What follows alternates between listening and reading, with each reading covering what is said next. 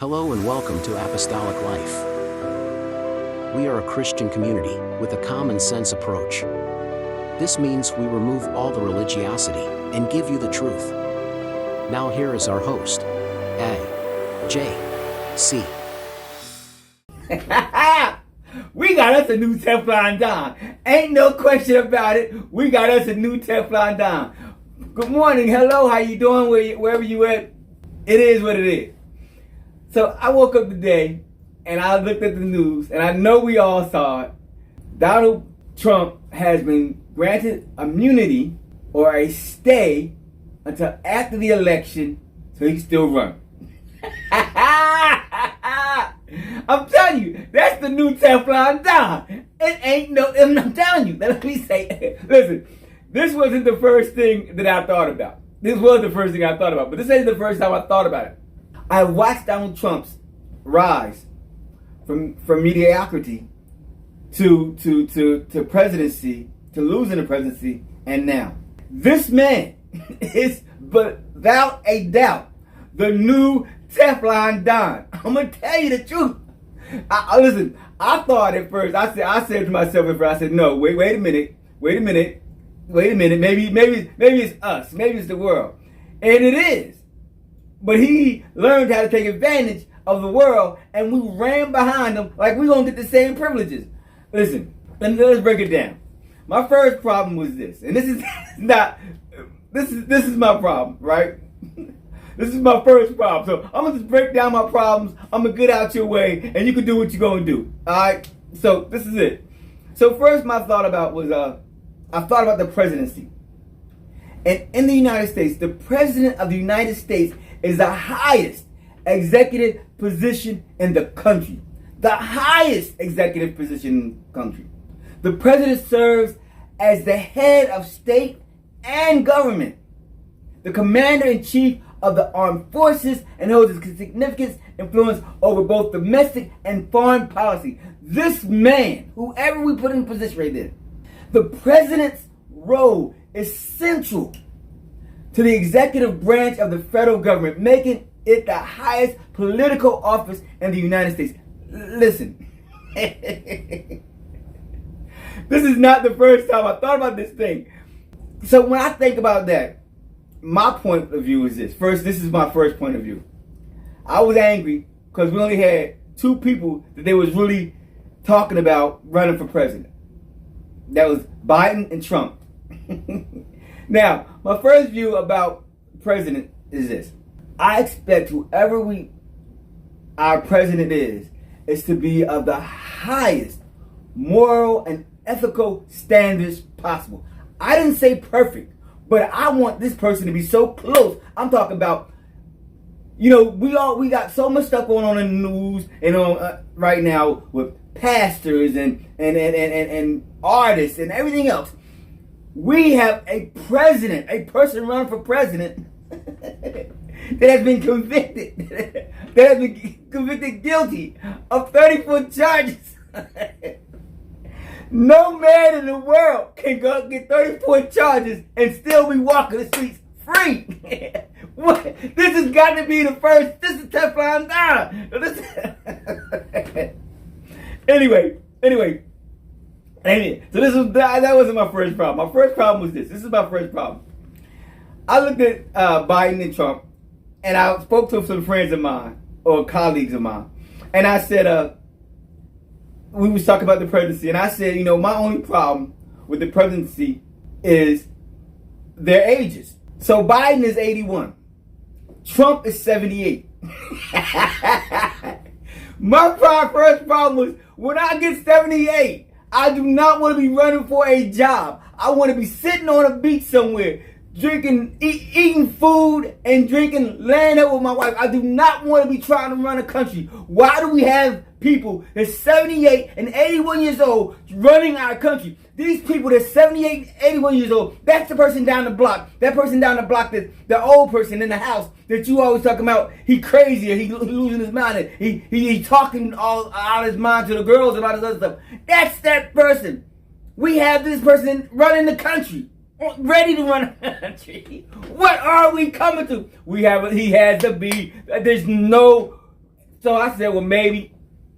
In the conversation, my colleagues said to me, well, you want an older person, an older gentleman, to be, in the position of presidency. That's why they're running, or that's why their ages are so significant. I thought age is age. I didn't think age. I thought age was age. When you get old, your bones creep. When you get old, you can't run no 200-yard track races. Certain things you just can't do. You ain't as fast as you used to be. Your mind ain't as quick as you used to be. When you at a certain age, things slow down. Right? So I'm like, okay, well, I said, well, maybe I took the high road. I said, well, maybe that the standards of becoming a president are so rigorous that people just can't run credentials to run for president, right? So what I did, I ain't the smartest a cookie in the world. So I said, well, let me sign up with the requirements for a man or woman to become the president of the United States. This is my thinking, because I'm like, okay, well, maybe they got something there. Maybe they got something there. They said it's because of their age. That's why we don't have anybody who can reach that age, competent enough to do it.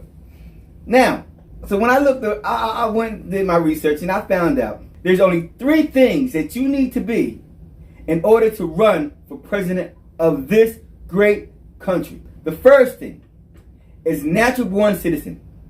The candidate must be a natural citizen of the United States. This means they must have been born on U.S. soil or born abroad to U.S. citizens under certain conditions. What does that mean? That means that your parents can be from West India. They come over here, they have a child. That child is considered a citizen of the United States. Period. No questions asked. That any of those can run. Any of them. They could be any race, whatever it is, as long as they're a natural born citizen. Now, an American can go overseas to Puerto Rico or wherever. Honduras. An American can go over to Honduras. An American go over to Honduras, they have a child.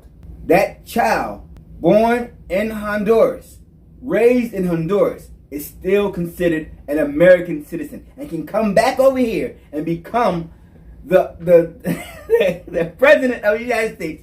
I'm not joking. I'm not joking like this thing. For real. So that thing was age. That thing was age. My thing was age, so their thing was age. They was trying to combat the age thing. The candidate must be at least 35 years old. Let me tell you something. How many people do you know that's over 35? I know I'm older. I'm 61. Most of the people that I deal with are 35. I have children that are over 35. I swear to God, I'll tell you now. My daughters, I got daughters and a son that are over 35. Let me tell you. Okay?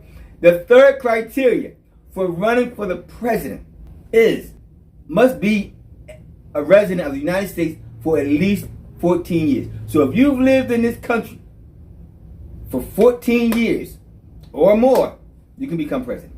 That is all the criteria. I was like, what? That's it? Just those 3? You got to be a resident, you got to be a citizen, and you got to be over 35. Period. Now see, when I read it, it was, I thought I was losing my mind. I said, my president only got... See, my thought process is kind of slow, so I'm thinking maybe it's me. But no, you do not have to have any prior government service. None at all. You don't have to have been in government, in any part of government at all. Okay? No specific learning. You don't have to have a college degree. You don't have to have a high school degree. You don't even have to be able to read good. you can have a person, you don't even got to be able to speak our language. As long as you was here for 14 years, you can run. This is crazy. This is crazy. You don't have to have any specific humanitarian accolades. Meaning they don't have to have done anything that was so great and you got an award for doing this for the being a humanitarian or whatever. None. I said to myself, oh my God. I couldn't fathom the fact that this wonderful country of ours, America, this wonderful country of ours, has such a, like, we have no, it's nothing, like this is it. Like literally, literally, you can be convicted of a crime. A drug dealer, say you was a drug dealer and you got out of jail. When you got out of jail, if you was over 35 years old, you could run for president. If you shot somebody, you got out of jail. Or you didn't even have to go to jail. If you shot somebody, they knew you shot somebody, you had to pay a fine or whatever for shooting this person or whatever the case may have been. You can still run for president. You can be a rapist, you can be a murderer, it don't make a difference. You can still run for president. I said, this don't make no sense. Which is wrong. That's wrong. Now, my problem at that point was saying, okay, if this is the case, if this is how lenient we are with presidency, how many people do we actually have in government? Now, not just people, but how many people in government do we have that actually are able to run for the presidency? Because I say, well, if I at least wanted to make them in government. They say you've had some prior experience with government work. How many people do we have? So, members of Congress, they got approximately 535 people of Congress. 535 members of Congress. This in itself was, it blew me away. I said 535 people in Congress that can run for the presidency, but none of them want to run. Not one of them threw their hat in the arena to run for the president of the United States. Now, you already in government. Most of them been in government. Like, you can only be president for the max is 8 years. Many of them have been in government for 20, 30, 40 years. Many of them are younger than the two candidates that we have right now, and none of them want to run. Why is that? Well, I'm going to let you think about that for a minute. Why is that? Woo! So let's go to the next. So we got cabinet members. It's around 15 people in the cabinet members that are actually able to run or fit the criteria to become president of the United States. About 15. So I said, okay, out of these 15 people in the cabinet, none of them aspire to become president. They all want to make change. They all want to do things or make the country better, but none of them want to take it to the point where they go to president. And that this fact really really messed me up. Because governors, I said, well, okay, we went down to governors. How about governors? How many governors meet that criteria of becoming a president? Every governor in every state meet the criteria to become the president of the United States. Everyone. So I said, we got 50 governors, 50 states that have the criteria that meet the criteria to become president. Why aren't these 50 going? So I got a total and I got a rough estimate. The rough estimate between 600 and 650 people that are in government right now that qualify to become president. See, my problem came down to one thing: money. If you got 650 people that claim to want to do better for this country, they want to have better for the individual states, they want to have better neighborhoods, they want to have less crime, they want to do all these things for us, but none of them want to go for president. Why don't they? And they all qualify. We're talking 650 people qualify for this position. What is the factor that most of them don't have? Money. They don't have money. They don't have enough money to run for president. They don't have enough clout in their individual places to run for president. See, a person, and they talk that junk all they want, but a person that wins the presidency is liked, and they have cash to push their liking. They just ain't anybody. You just can't jump up and think you're going to become president. You can run. And like last year, I heard last year or earlier this year, I heard a name of a guy, he said, anybody anybody else. He was running for he put his name into the thing to run for president. He said his name was anybody else. I'm telling you, this is the Teflon Don. Trump is the new Teflon Don. I don't care what nobody say. You can't persuade me any other way. Trump is the new Teflon Don. Let me tell you something. Anytime you get caught on audio saying what you can and can't do to women behind doors, anytime, this man is the Teflon. Let me tell you something.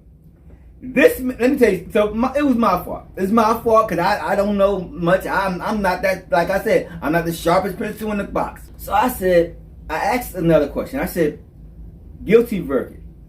What is a guilty? What does that really mean? I mean, what is it?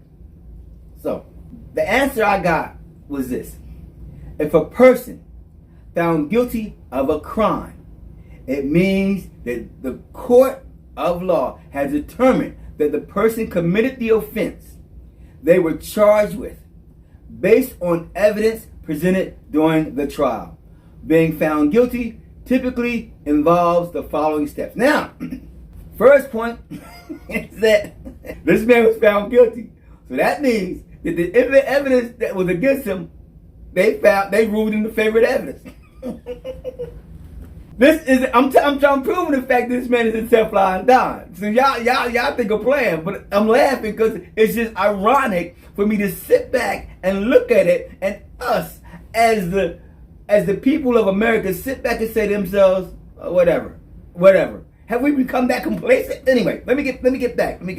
So first, this is the steps that happen when you get convicted of a crime. Charges. The person is formally charged with a crime by the government, usually through an indictment or information. We saw that. Next, you get a trial. The case goes to trial where evidence is presented and the witness may testify. We saw that. The verdict. The judge or jury considers the evidence and renders a verdict of guilty if they are convinced beyond a reasonable doubt that the person committed the crime. Stop right there. Stop right there. Before we do anything else, these are the first, there's only 4, but this is the first 3. Charges, trial, and verdict. We saw that this man was convicted now. His verdict, he was charged with it. He went through the trial part. His verdict was guilty. Guilty. Now, the only part left is to be sentenced. So let me break it down so we can see this in a clearer form. I go into a store. I steal a pack of bubble gum, whatever the case may be. I steal something out the store. I walk out the store. I get caught. They put handcuffs on me, take me to jail, right, on Friday. I sit there till Monday morning. Monday morning, I go to court. They show us tape showing me stealing the thing. I've been convicted. I'm guilty. I stole it. Now, sentencing. If found guilty, the person is then sentenced. The sentence can include various forms of punishment, such as fines, community services, probation, or imprisonment, depending on the severity of the crime and other factors. You see that last part? Other factors? Well, I stole all that food because my family's starving. Okay, I'm still gonna pack it. Listen. We have a bill they just passed. If your dog bark for longer than 30 minutes, you can get a fine. And each time the police come out to your house for that dog barking longer than 30 minutes, the fine increases.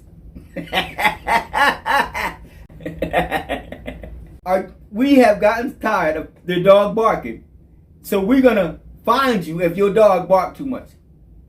But we sitting back. This man was charged with 34 counts. 34 counts. He was found guilty on 34 counts. I know RICO Acts didn't have that many counts, and people still sitting in jail for RICO Act. Are we crazy? Have we lost our mind?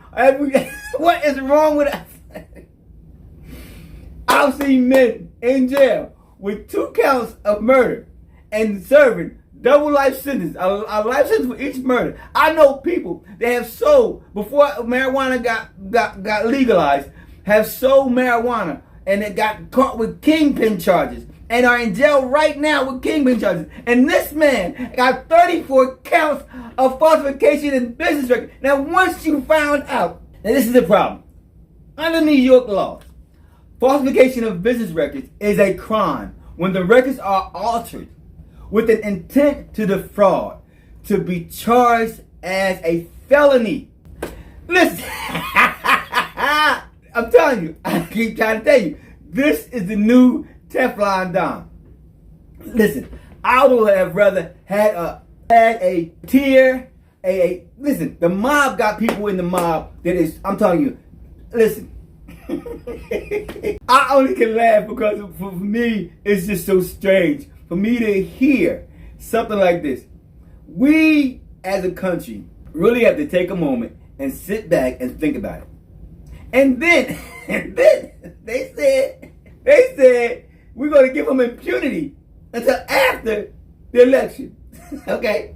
So my question is this. Once it gets, just hypothetically, suppose Trump wins the election. Now he is president.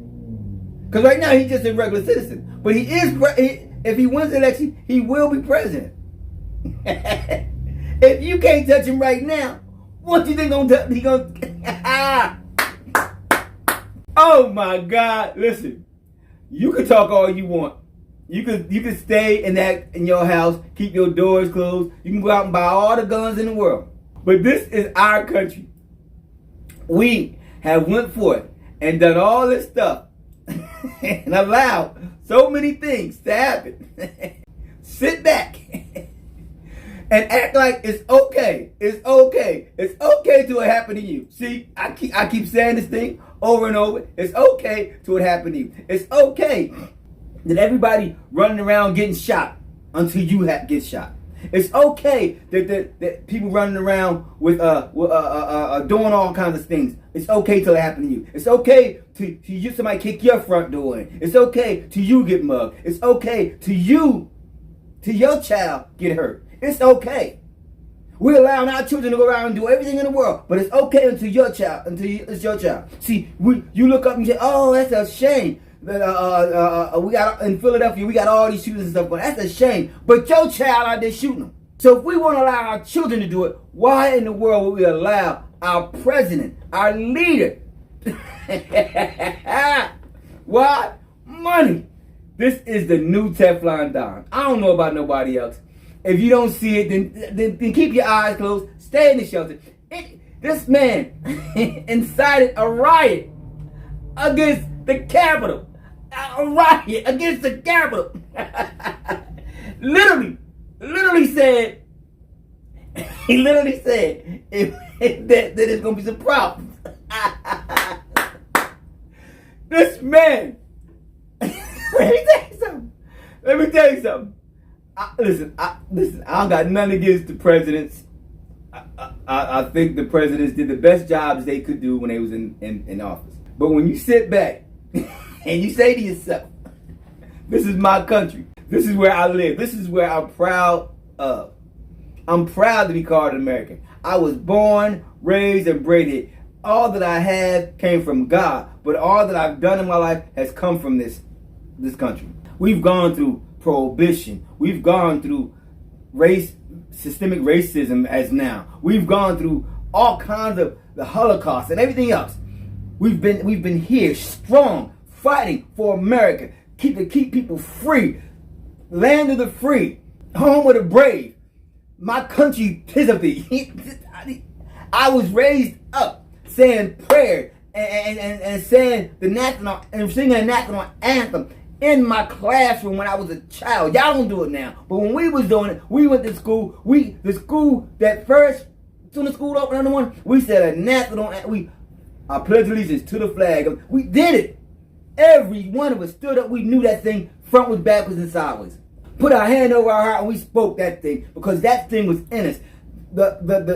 America was one nation under God. We knew that Look on look on your money. Your money got on the back of it says, "In God we trust." Understand something. If we've come to a point, it's okay. Where everything is okay. You can do whatever you want to do. You can do however you want to do it. This is where we at right now. This is where we at right now. We looking around and we saying it's all right, or we everybody have rights to do everything, all this other, and then we wonder what the problem is. The problem don't start from the bottom up. The problem starts from the top down. When you look at a business, any business, the first thing they look at if they start losing profits, they look at the CEO. They look at the executives in that business, and they say, okay, where is the problem at? These people take time out and they start looking around. Where they getting lost at? Where they look through their whole accounting and business, and they find out where the problem is. And after they find the problem, they go to that problem and they cut out that problem. They remove that problem. So if this is the problem, we're gonna take that problem out of our business. We're gonna now take the profits on the rewards from our what we did, and it's gonna come back up. This is how businesses work. America is a business, and we need to be about our business. We need to be about the business of America, the business of taking back the rights that were reserved for us in America. See, that Constitution that they wrote, Bill of Rights that they wrote, these things were staples for us to stand on a standard of excellence, a standard of democracy, a standard that would take us into the next century. I laugh and I smile and I make jokes of it, but it's where I live at. I ain't going nowhere. I'm not gonna love you any less. I just want us to open up our eyes and see there's a mess. It's a mess. We gotta check our own self. We gotta look at in the mirror and check our own self. I'm finished. I ain't got nothing else to say about it. I just couldn't sit back any longer. I just need to say, I love you. I'm AJC. And have a God day. Jesus.